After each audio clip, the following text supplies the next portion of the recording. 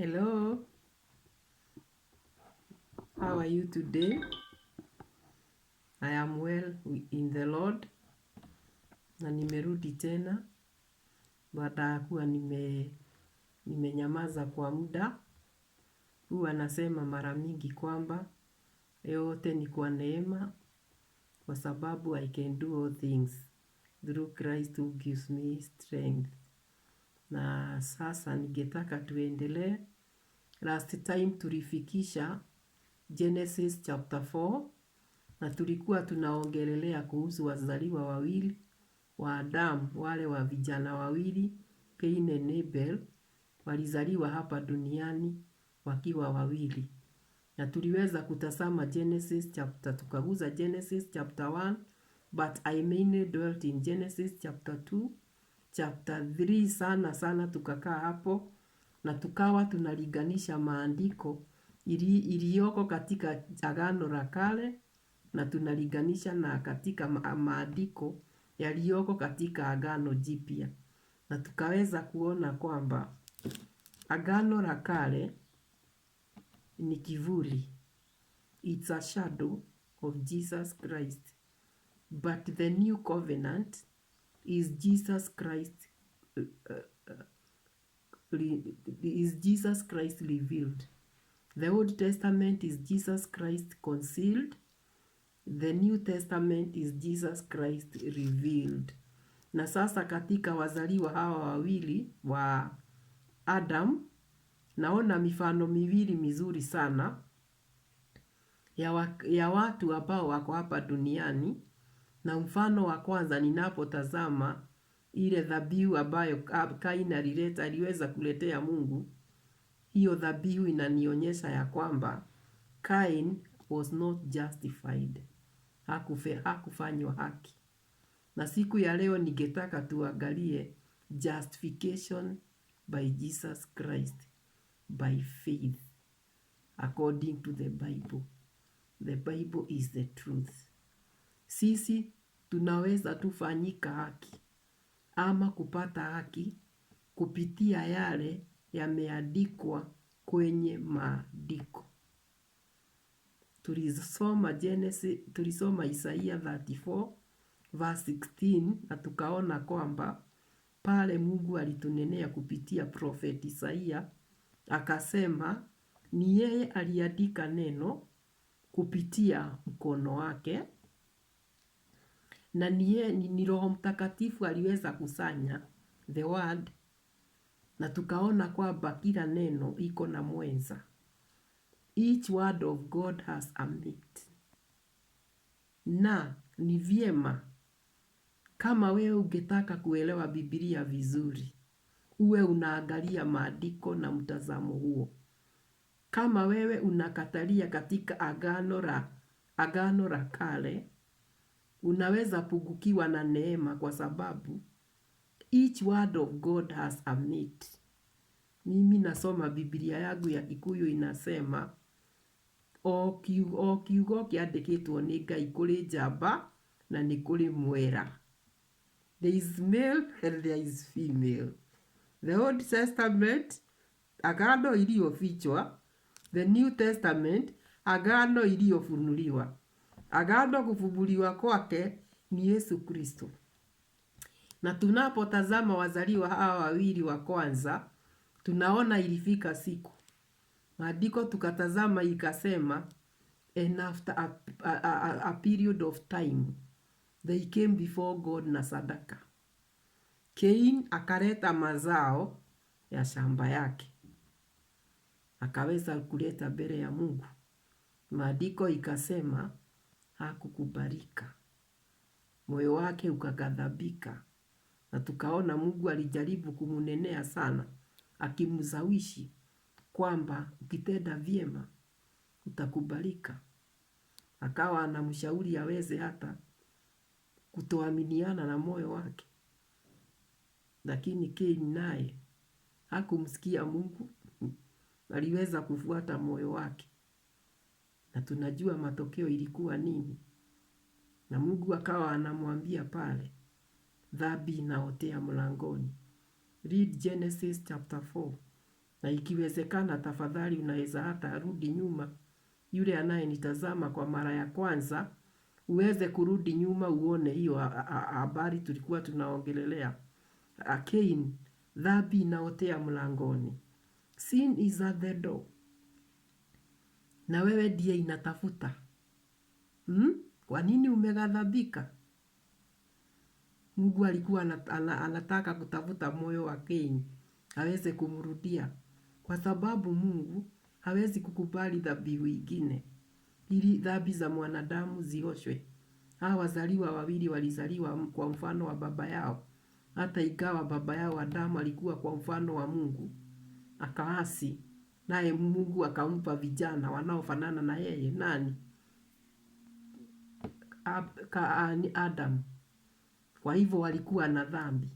Baba yao yeye mwenyewe aliweza kujaribu kujifunikia uchi kupitia gozi, kupitia matawi. Genesis 3:7. Naye Mungu wake kukubali, kwa sababu hiyo ilikuwa kazi ya mikono yake. Anajifanyia kazi na mikono yake, afunike uchi wake. Lakini uchi wake tuliona ni neno alilopewa alikuwa ameiacha. Akachukua neno ngeni la kishetani, akapata moyo wa kishetani, and he fell in sin. That is the origin of sin. Sin ni nini? Sin is unbelief. Uasi. Aliasi Mungu, naye Mungu aliweza kumfunika na nguo ya gozi. Genesis 3:21. Nguo ya gozi inasimamia nini? Ilisimamia protection. Kwa sababu wakati huo tunaona kivuli. Yesu hakuwa amezaliwa, lakini tukaona Mungu aliweza kusema kutazaliwa mwana. In Genesis 3:15, tazama pale. Aliweza kusema the seed of a woman shall hit the head of the serpent, and the serpent shall bite her heel. Lakini tukajua kwamba a woman does not have a seed. Hello? This was a prophecy that God gave Adam. Na Yesu Kristo amezaliwa. We are so blessed. The grace of God is upon you, my sister. The grace of God is upon me. And sasa sisi tunapofaa kufanya, tuweze kuja mbele yake Mwenyezi Mungu kupitia damu. Na hii damu ni damu gani? Damu la Yesu Kristo. Na hii damu ya Yesu Kristo, tunaona sasa Abel aliweza kuja mbele ya Mungu na mwana kondoo. John 1:29. Behold the Lamb of God who takes away the sin of the world. Na wewe inafaa ushike, uamini. Justification by Jesus Christ, not by your works. Kwa sababu Mungu hawezi kubaliana na kazi yako ya mikono yako. Kain aliweza kuleta mazao ya shamba. Hii mazao alitoa kwenye shamba gani? Genesis chapter 3 verse 17, 18, 19. Mungu aliweza kulaani ardhi. Akaambia Adam, kwa sababu umetenda kitendo hichi, na wewe utakuwa unakula jasho yako, na utarudi kwa mavumbi, kwa sababu wewe ulitoka kwa mavumbi. Sasa Kain alijitahidi sana, jasho yake yote akaletea Mungu. Na je, wewe unakuja mbele ya Mungu kupitia nini? Unakuja mbele ya Mungu kupitia haki gani? Haki yako unaipitishia wapi? Hebu kwanza tusome Ephesians chapter 2, kwa sababu maandiko ndio kitaa. This is the mirror. It is the only word that can give us justification. Na tuamini justification through Jesus Christ by faith. Ephesians chapter 2 verse 5. Hata wakati ule tulipokuwa wafu kwa sababu ya makosa yetu, alituhuisha pamoja na Kristo. Yaani tumeokolewa kwa neema. Even when we were dead in sins, He has quickened us together with Christ. By grace, you are saved. You are saved by grace. Abel aliweza kuleta damu ya mwana kondoo, na wewe, kwa sababu katika kizazi chetu, in our generation, in our dispensation of grace, how do you know? Unapima wokovu wako kupitia njia gani? Matendo yako? Wewe ni wale wa Kristo wanaosema mimi nimeokoka kwa sababu ninafanya hivi. Mimi ninafunga siku ya 40. Mimi ninatoa fungu la 10. Mimi ninatoa sadaka. Mimi ninaenda kufanya hivi na hivi. Kazi hizo zote ni mzuri. Kwa sababu kama ni kutoa, kuna kipawa yake kwenye maandiko. When you give, it shall be given back to you. Same measure, pressed down and running over. So shall men give to your bosom. Lakini hata kutoa kwako unakulinganisha na maandiko, ama unatoa kulingana na sheria? Tuendelee na Ephesians chapter 2 verse 6 inasema, atatufufua pamoja naye, akatuketisha pamoja naye katika ulimwengu wa roho katika Kristo. Kwa sababu tumekombolewa kwa neema, Mungu akatufufua. Already alitufufua. It is written somewhere, I think in Colossians chapter 2, that we were buried with Christ in his baptism. Na hata Paul akasema in the book of Galatians, I'm crucified in Christ. Nevertheless I live. It is not I who lives, but Christ liveth in me. I'm crucified with Christ. Nevertheless I live.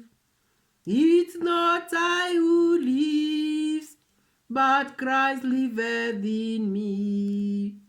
And the life that I now live, I live by faith of the Son of God, who gave his life for me. Mpendwa, Mungu anasema Ephesians 2:6, he has raised us up together and made us sit together in heavenly places in Christ. Yes, this is the truth. Which truth do you believe in? Jesus Christ is the truth. Jesus Christ is the truth. Jesus Christ is in the word. I want us to check in John chapter 1, verse 17.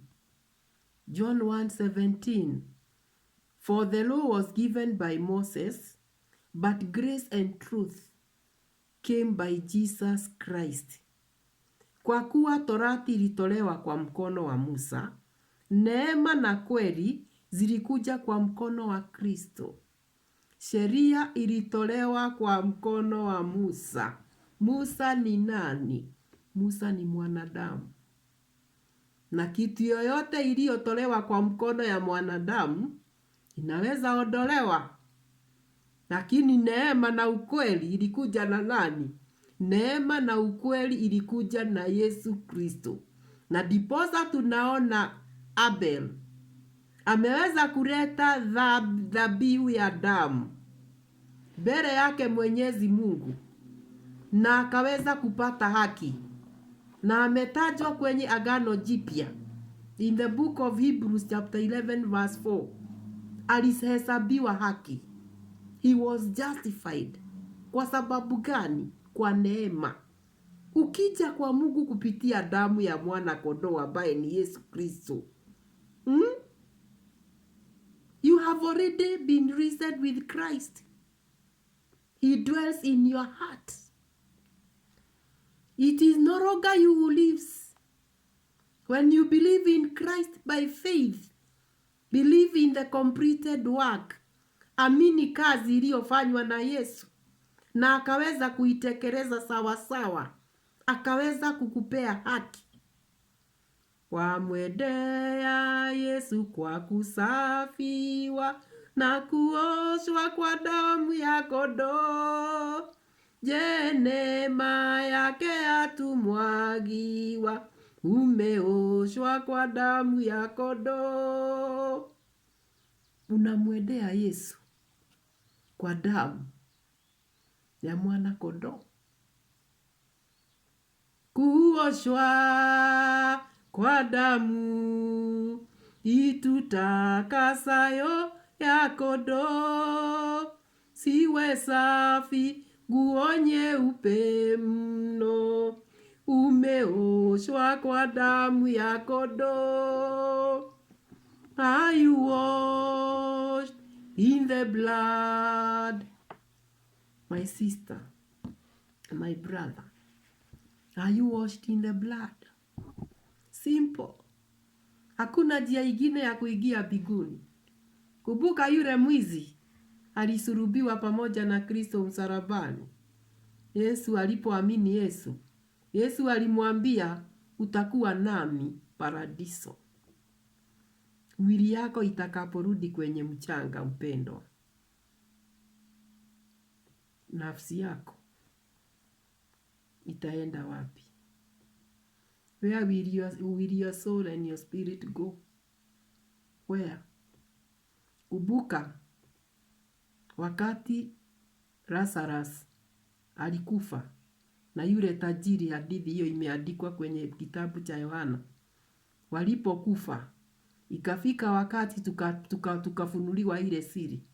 Hao watu wawili walikufa. Lazarus alikuwa anakula makongwe, takataka, uchafu kutokana na kwa tajiri.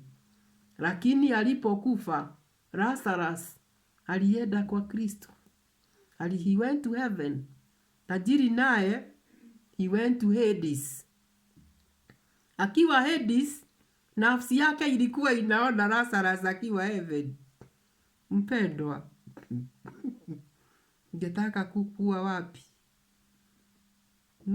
Unataka kuishi wapi? Kudumu wapi milele? Kwa sababu nafsi ya mwanadamu haikufi. Moyo wa mwanadamu haikufi. The spirit of man and the soul of man does not die. It will either settle in hell, in Hades forever, or it will settle in heaven, in Christ forever. Abel, wewe unasimama na uokovu wako wa matendo, kazi ya mikono yako. Nilienda, nikafanya. Believe. John chapter 1.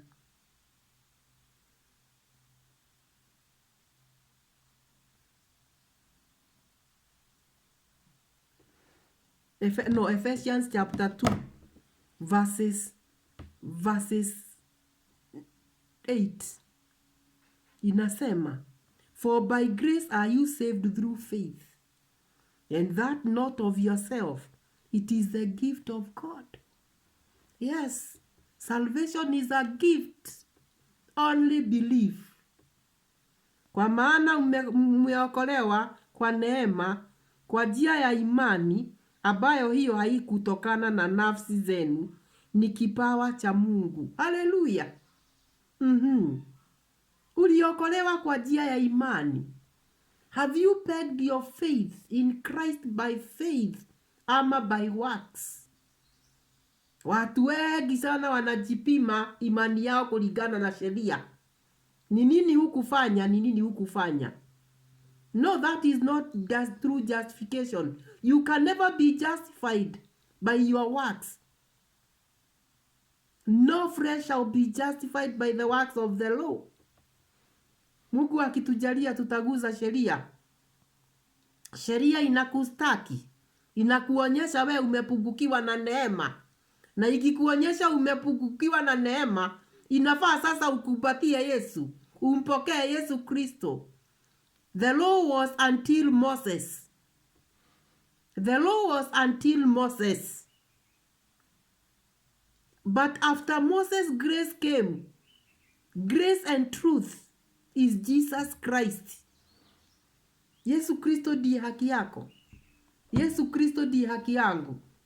Mimi sasa nitakuwa ninaendelea tu pole pole. Mimi najua hapa huwa nafikia mtu mmoja ama watu wawili. Hata kama ni zaidi ya hao, ni vizuri zaidi.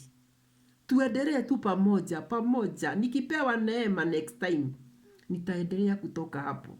Na sitatoka Genesis 4 kwa sababu hiyo Genesis 4 hiyo mifano ya hao wawili inatoa mfano ya watu wawili wanaoishi hapa duniani. It is either the way of heaven or it is the way of hell. It's either the way of Abel, it is the way of Cain. Yes.